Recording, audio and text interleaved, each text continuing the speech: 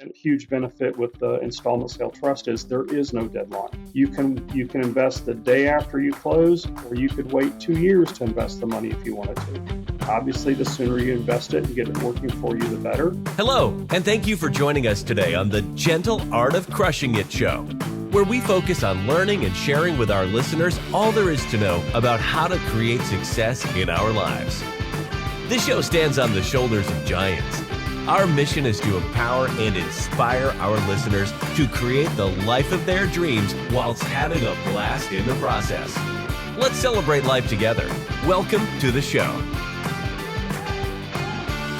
All right. Welcome back to the Gentle Art of Crushing It podcast, Passive Investing Edition.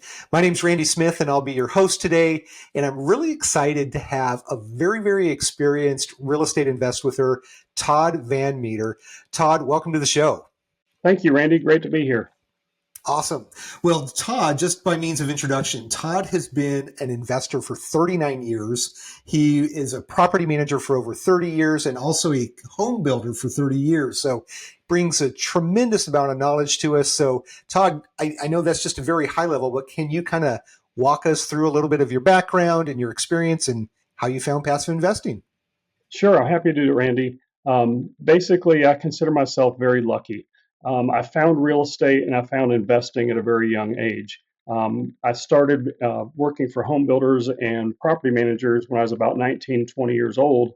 And then I did that as my job while I paid myself through college and worked my way through college. And I also consider myself fortunate because I discovered the major of real estate and the minor of finance. And so that was my major and minor in college when I got my BBA. And so I've been full-time in real estate, either in property management, home building, investing for 39 years now. I started back at the young age of 20 full-time. So now you can calculate out my age, I guess. But anyhow, I consider myself an experienced investor, not an old investor. I like it. I'm experienced as well, but not anywhere near what you are. Experienced in other areas, more so. But well, very cool. So now, you mentioned property management, home building, lots of different things. So what did that journey look like? Did you start out in property management or home building? What was the progression? Yeah, when I was in college, I did both. They were both great careers because weekends, breaks, I could work as many hours as I want. They always had plenty of work for me to do. It also gave me insights while I was taking my courses in appraisal and in legal real estate law and stuff like that. I was actually working for companies that were having issues, and I got to apply what I was learning in class to real life issues and stuff like that. So it just intrigued me, and I just loved it and soaked it all up. Had a lot of good mentors when I was in college, working the business owners I was working for. Since I was majoring in it, they, were always asking me, "What are y'all learning in class, and what's new in the industry and stuff like that." So, got to go to lunch with the owners of the businesses quite a few times and pick their brains and hear the pros and the cons of their businesses. So. Once I graduated, I knew that without a doubt that that's what I wanted to do the rest of my life. I knew that I wanted to have my own business doing it. So I got my real estate license and worked as an agent for a couple of years. And while I was doing that, I started buying some lots and started designing and building houses because at the time there was a recession going on and not much was selling. So I started buying some stuff that was sitting and not moving and decided to put houses on it because houses sell faster than lots. So that's kind of how I got started back around 1990, 1991 with my own businesses and building. And then after I built a few, had a couple of my customers who I'd built houses for, sold their houses. And in some cases, they made more money on the house in owning it for 2 or 3 years than what I did building it for them. And so that triggered another idea that, hey, if I hang on to these things, I can make even more money. So back in 1993, I started keeping some of the houses I was building. And then we started our property management business a couple years after that. And it just has gone from there and has grown. And we got up to, we had about roughly 80 homes at one point that we owned and managed. And we'd built almost every one of those as well. So it's just all was kind of vertically integrated. And it was a great way to do it. That was a very, very active way to be an investor because we were acquiring the lots, we were designing the houses, we were building the houses, then we were managing them as rentals. It's a great way to build income, a great way to build wealth, but it does take days, nights, and weekends. Um, so we did that for a number of years, and we hit about the 30-year mark on our property management business, and we started saying, okay, how much longer are we going to do this? We like it. It's a good business. We have tons of referrals. We have tons of repeat business. We have kids renting houses from us whose parents used to rent houses from us years ago, stuff like that. So we had a great business built up, but we start asking ourselves the questions, how old will we be when we're still managing properties? And we want to do more and travel more. So a few years ago, 3 or 4 years ago, my wife and I decided that we wanted to transition. We still wanted to be in real estate, but we wanted to do it differently. We didn't want active, so much active managed businesses that we had to be there 6 and 7 days a week to run. Move-ins and move-outs literally happen 7 days a week. So there's never, a way to just 100% walk away from it and get away from it. So it's a good business, but it does have some time restrictions to it. Are you interested in real estate investing but don't know where to get started or think you don't have the time or money? Are you stuck in your W-2 because the golden handcuffs make it hard to walk away? If this sounds like you, check out impactequity.net and schedule some time to talk with the founder, Randy Smith. Randy went from massive income to leaving his W-2 through passive income, and he can help you do the same. www.impactequity.net. Yeah, very interesting. I've heard a number of realtors, and I don't know what the exact statistic is, but it talks about the number of retail realtors that do and don't actually buy and own real estate themselves. And it's like very, very minimal amount, like small percentage from what I understand. And then I hear about a ton of different people that are buy and hold, but I've never heard the combination where realtor turned into developer turned into buy and hold. That's very unique. So were these homes, standard 3-bedroom, 2-bath homes, or are these very nice, big, beautiful homes? What was kind of the business model when you were building these? No, my wife and I decided back then we were starting our family back in 1990, as when we were starting our business as well, and we decided we wanted to build homes and offer homes that appeal to young families like ourselves. We thought there was a need for that because we were looking for a rental at the time before our first child was born, and we couldn't find one. We couldn't find a rental that we would literally let our baby crawl around on the floors on. The rental stock was mostly older. It was mostly baseboard heaters. It was, 30, 40, 50-year-old stuff that had not been taken care of that well. And so we saw there was a need for newer, nicer properties, but we did starter homes. Everything we built was at least 3 bedrooms, at least 2 full baths, and had at least a 2-car garage. Most of them had a front porch as well.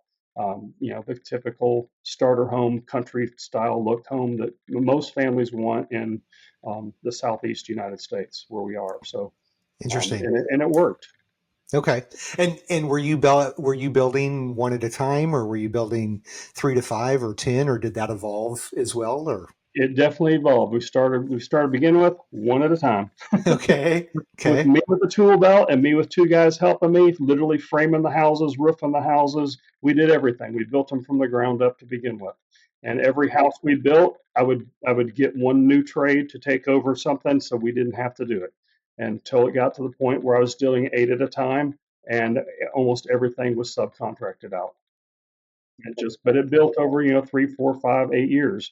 It takes time, and it just progressed. So, we're very fortunate that it did. We picked a good market, and we also, one of our requirements was every property had to be in a good school district that we would send our own kids to. So, those were kind of our requirements. Our target market was sheriff's deputies, nurses, firemen, school teachers, and their families. And we had multiples where we had one family, he was a sheriff's deputy, she was a nurse, and we built 2 houses for that family, plus they rented a house from us in between the 2 houses. So that was our target market, and it worked because those are good old, just great human beings and great families. So they were a joy to rent to, they were a joy to build for.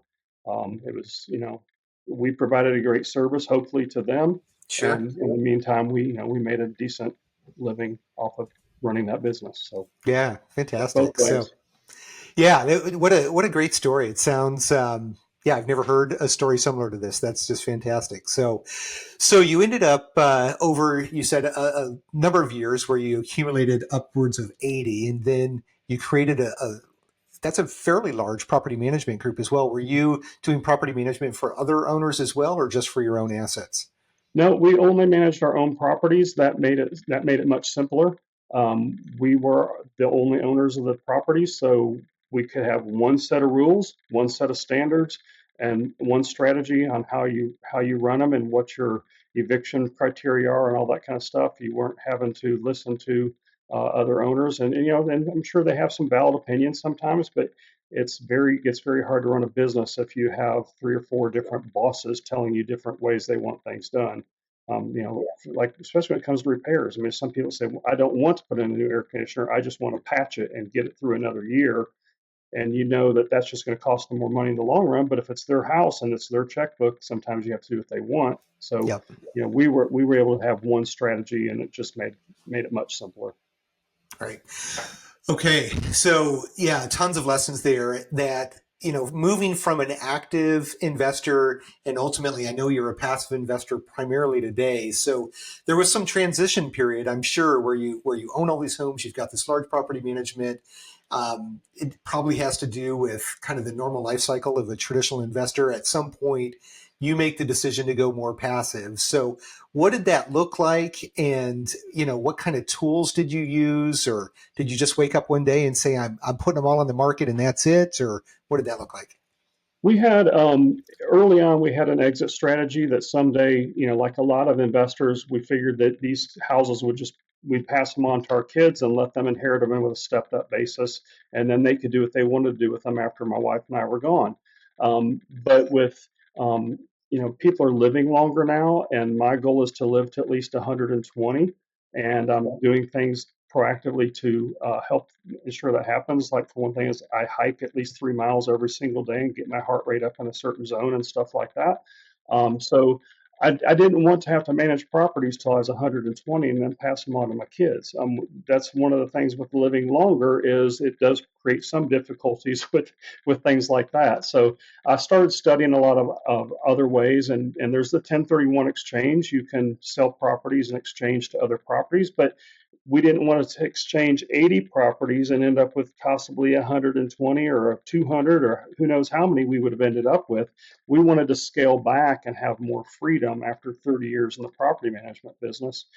So in my studying, I found a technique where you can use an installment sale in conjunction with a trust. And if you do that technique, you can defer 100% of the capital gains taxes and 100% of your straight line depreciation taxes. So I did a lot of studying on that. I paid several tax attorneys to educate me about it and to answer my questions about it. And then we paid some of these tax attorneys to create the systems and the forms so that we could do that ourselves. And we started that process about 4 or 5 years ago. And about 2.5 years ago, we sold 64 of our properties in 2021 that we had. And we deferred the taxes on every single one of those by putting the proceeds into the trust. So then the trust has turned around and has 100% of the proceeds in it, which means all of the equity.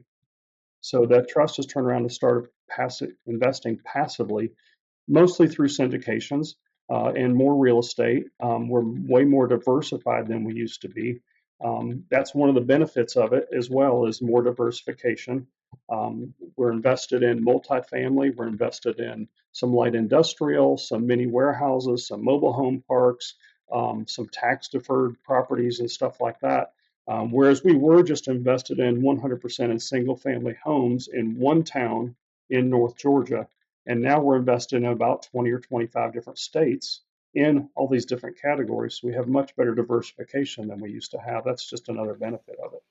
Fantastic. So now it sounds like it has similar benefits to the 1031, but you mentioned that kind of the main benefit was the 1031 has this like kind exchange. So am I correct in saying that it's not possible to sell single family homes and then transfer those into multifamily or other asset classes? Is that correct? Or There are some syndications that will let you use a 1031, but there also are some times when it doesn't work. They are trying to do it, but the biggest drawback to a 1031, in my opinion, is the time restriction.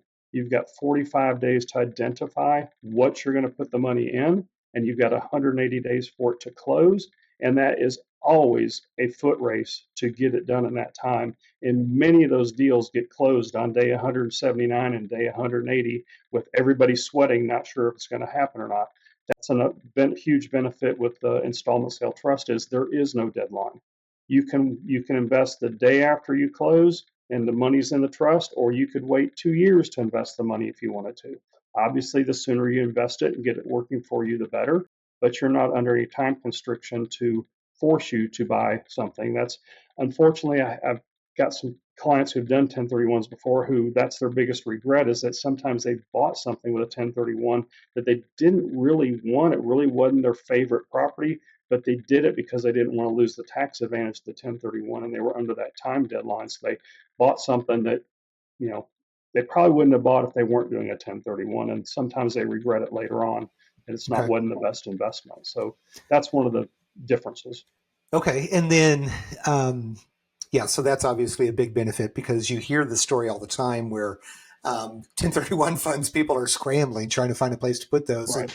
And I personally have not been stuck in that situation because I did not leverage a 1031 when I sold all my single families and I paid a bunch of taxes for it. Right. But I'm curious, once you start, a couple of things. Once you start investing in syndications, can you still use this trust to take your gains, kind of protect your gains from the syndication into as you move it into another syndication, like I know you can do with the 1031 as well? Well, all a trust is treated basically like a business. So Okay. all of the incomes and all of the expenses are attributed to the trust tax return. So if, for example, I had invested $10,000 in a syndication, and a year later it pays me back $20,000, so I doubled my money in 1 year, which would be fantastic. Sure. That would be a $10,000 gain that would be taxable to the trust. But the trust has expenses. One of those expenses is the trust has to pay me interest for the money it owes me because the trust has a promissory note to me that say I put $100,000. I sold a house, I had a $100,000 profit on it that I'd had for 30 years. And so the trust had that 100,000 and 10,000 went into that investment and it doubled. Well, the trust owes me interest on that $100,000. And that's an interest rate that I and the trustee agreed to. Say it's 10% for easy numbers. So on that $100,000 that's in the trust, I would be owed $10,000 a year in interest. So if that one investment made $10,000, that $10,000 could be used to pay me my interest expense for the year. So the trust had 10,000 income, but it had a 10,000 expense. So at the end of the year, the trust on that one investment we're talking about broke even. So the trust won't owe any taxes. Now I will owe taxes because I will have had $10,000 of interest income, and that's ordinary income reported on my tax return. But it doesn't really create any extra taxes, but I was able to invest the full $100,000 with that trust. Whereas if I'd sold that house myself and not used a trust, I probably would have only been able to get maybe $70,000 of it. Roughly 30% to 35% typically goes to taxes. Got it. Okay. Yeah. So that seems very powerful. So it's really on the front end when you're selling the initial investments where you get the most value from the trust.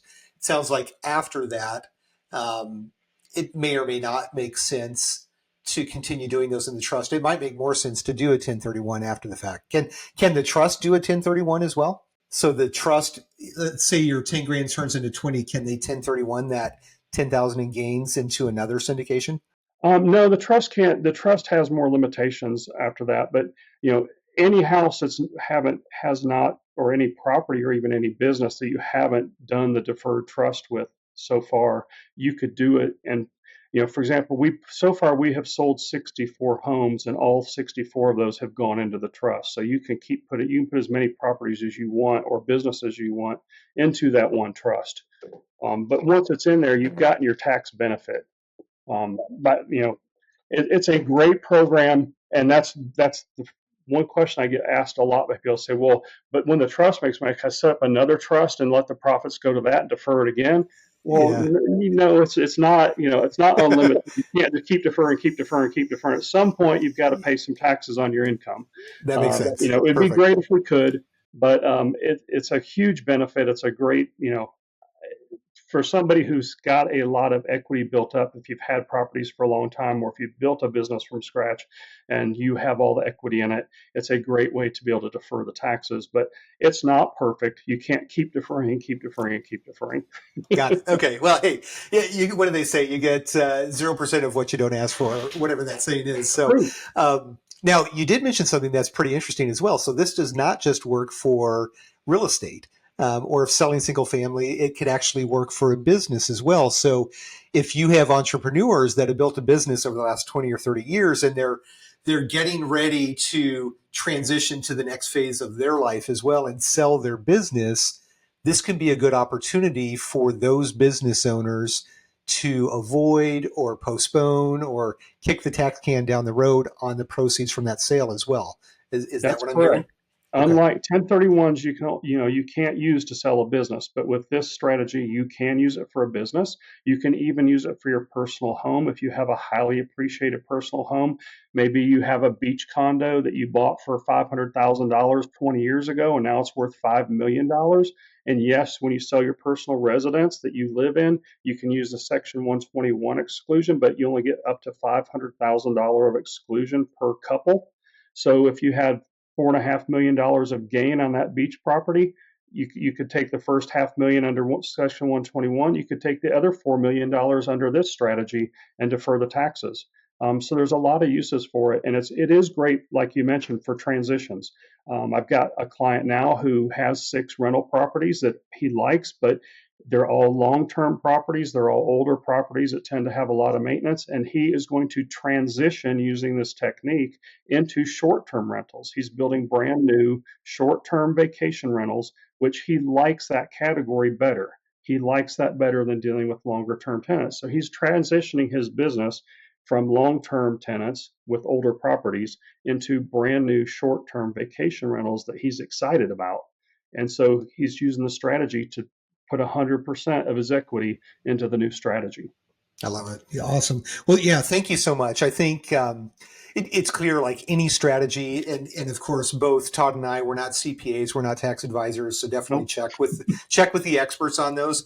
But clearly, to have been able to sell 64 homes that you purchase the land, develop the properties, manage the properties for years and years, and then transition these dollars over into 40 plus syndications, you understand the process. So now it sounds like you've referenced a couple of different times you have different clients that are leveraging this. Do you help people actually guide them through this process, or do you have resources, or do you have a business that helps folks with that space?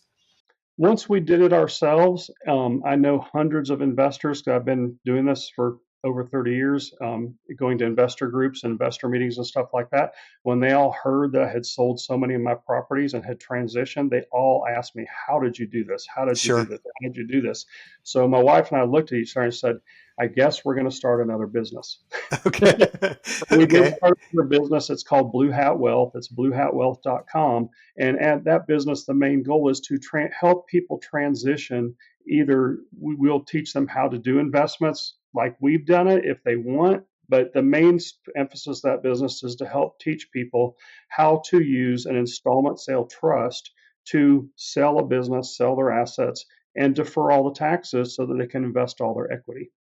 I love it. I love it. And then you have CPAs and tax advisors and attorneys that I'm sure you refer folks to for. We paid lots of people to help set it up. Yes. Okay. Okay. Okay. Many Very good.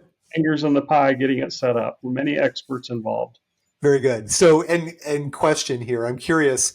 You got away from the 6 to 7 day a week. Is Blue Hat Wealth, is this a 4 to 5 day a week business, or is this a 6 to 7 a day a week business? It could be as much as I wanted it to do. Probably, Okay. I get lots of requests from people, and As my wife says, I can talk real estate 24/7, and I often do. And she often tells me, puts her hand up and says, "Okay, I can't handle any more real estate today. We got to talk about something else." Sure, Uh, sure. so I love talking to people about real estate and about investments and about taxes and about strategies. I love going to meetings and meeting new people and sharing and hearing what they've done and stuff like that. But no, it's more of a part-time business. But the beauty of it is my wife and I were in Paris back in March and April this year, and we were in Europe for about 2 weeks. And I was on some calls and I was doing some emails from there. It's a business you can do no matter where you are. Sure. You have to be conscious of the time zone differences. But I Yeah. was consulting with some people while I was in Europe who were I think they were in Texas and Arizona.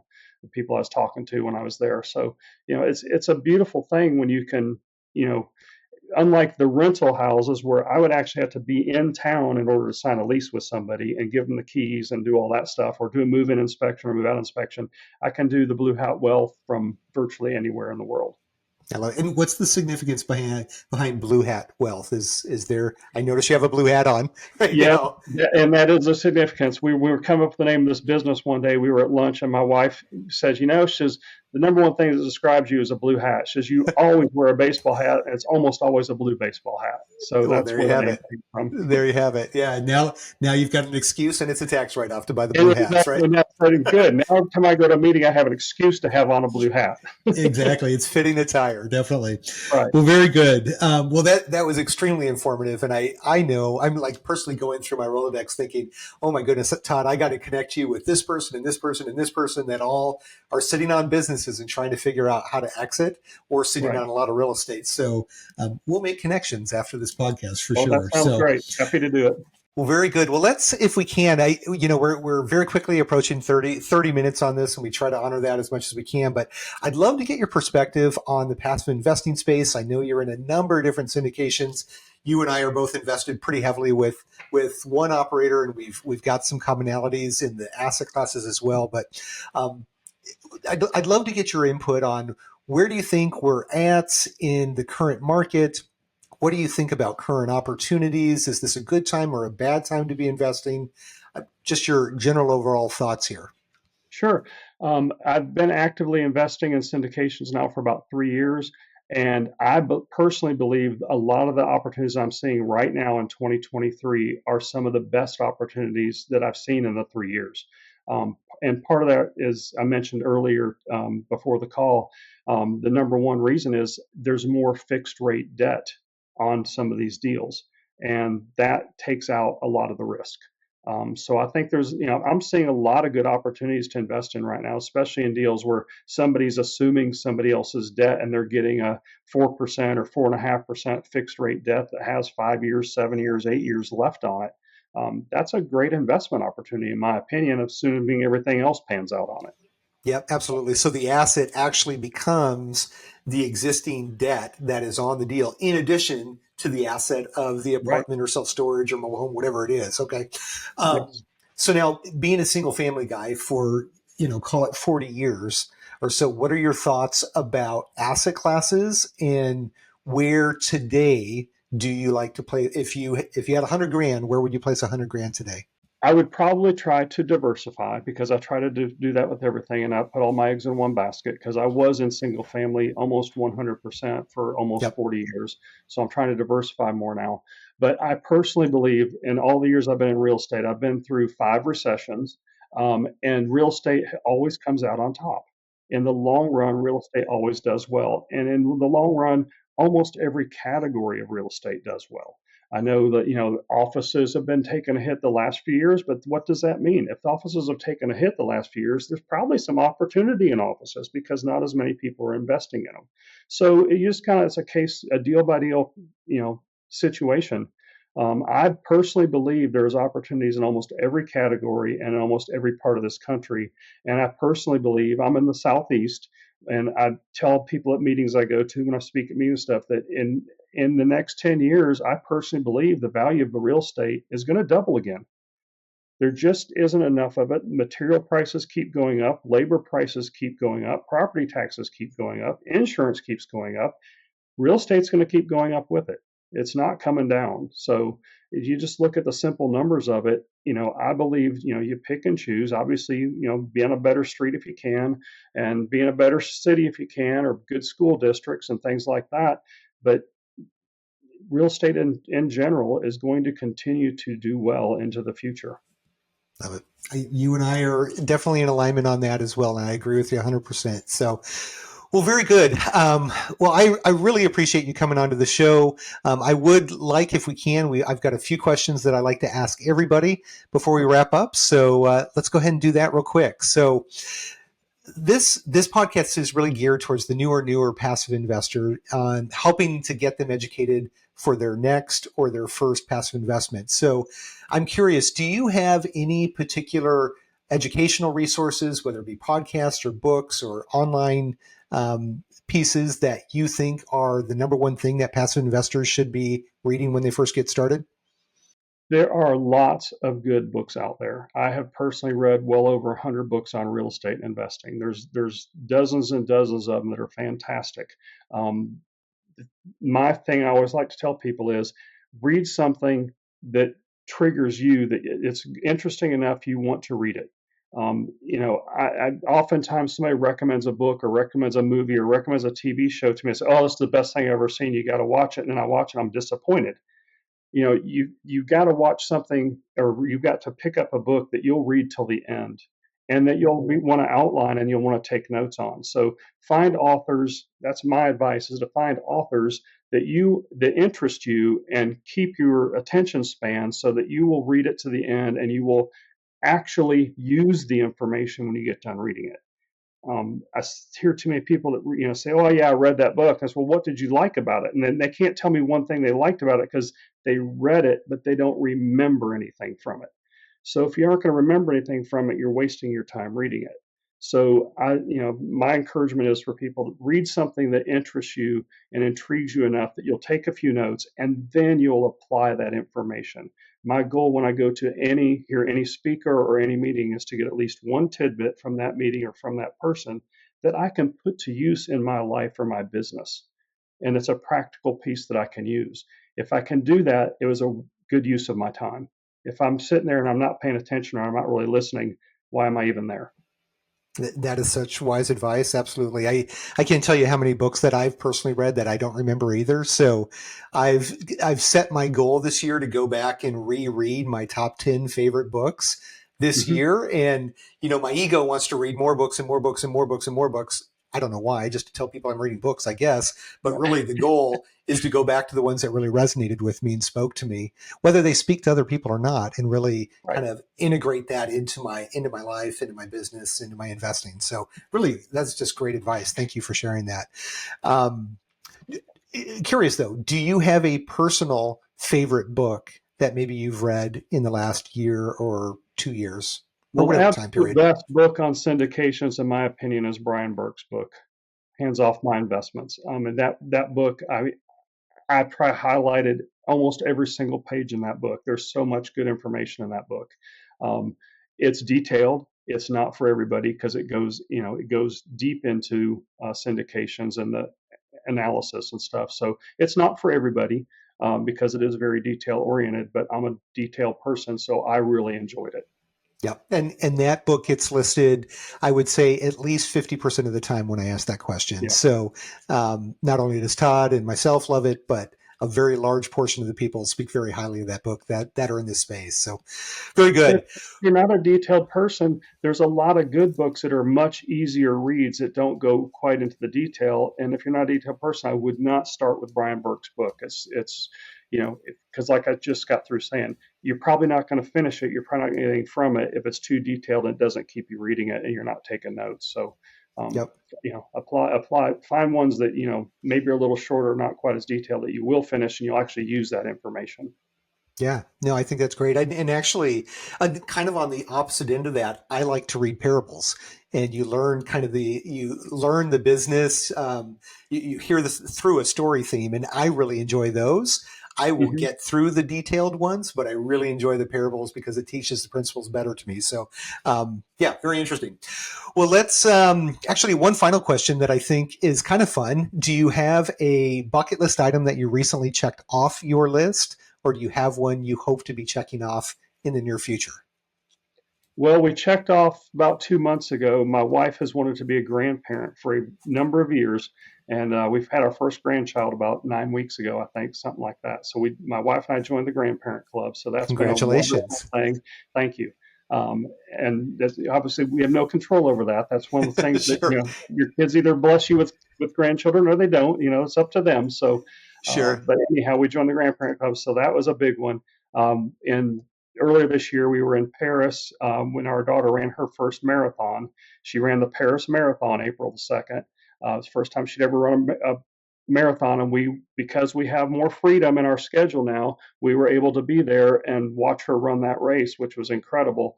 And if you've never been to a marathon before, which is the first time I've ever been to one, um, you need your running shoes on yourself. We literally logged 13 miles ourselves that day, going back and forth across the course, trying to see her at different places at the start line, at the finish line, and various places in between. We did a half marathons ourselves that day during the race. I love it. I love it. And So, did you guys make a bunch of signs as well to be on the sidelines showing our support or?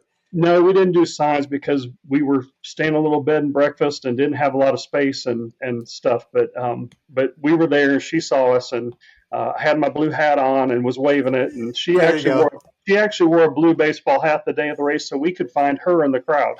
I love it. I love it. That is so great. Yeah, it's as a former marathoner and triathlete, I loved it so much when I would see my wife on the sidelines or friends or whatever it is. When you just think you can't take another step, and then you see them there, it's just amazing. So yeah, good Seeing a stuff. smiling face makes all the difference when you're 18 miles in, 20 miles in, Oh, 22 miles in, and you're just like more pavement, more pavement, more pavement. I love it. I love it. Well, Todd, this has been a lot of fun. I think you brought just a ton of value to the audience and really talked about something with the installment sale trust that I knew very, very little about, but you got me more excited about it. And I certainly am going to connect you with some folks that could benefit from it. But thank you so much, Todd, for being on the show. I really do appreciate it. Well, thank you, Randy, for having me. I really enjoy it. Like I said, I can talk about real estate 24/7, so I was more than happy to do it. There's nothing, other than my kids and my grandson, there's nothing that lights me up more than, sharing information with other people. So glad to be here. And if anybody has questions, I'm happy to answer. Fantastic. We'll put your contact information in the show notes and your website on how everybody can find you. But fantastic. So, to the listener, want to thank you again for joining today. As always, we want to encourage you to continue your education process on passive investing, but more importantly than that, make the decision to invest in your first passive investment. You can do it with very, very little funds just to get started. And I'm convinced once you do, you'll wish you would have started much, much sooner along this path to decrease your dependence on your W-2. So join us again next Thursday for another great episode. And thank you again for being with us today. Well, there you have it, ladies and gentlemen. Another episode of The Gentle Art of Crushing It. It was an amazing episode. We know we sure learned a lot, and we hope you did as well. We want to take a second and thank you so much for viewing or listening to this episode. And please just know that we only ask for one favor, and that is to make this life magnificent. Thank you, and have a wonderful day.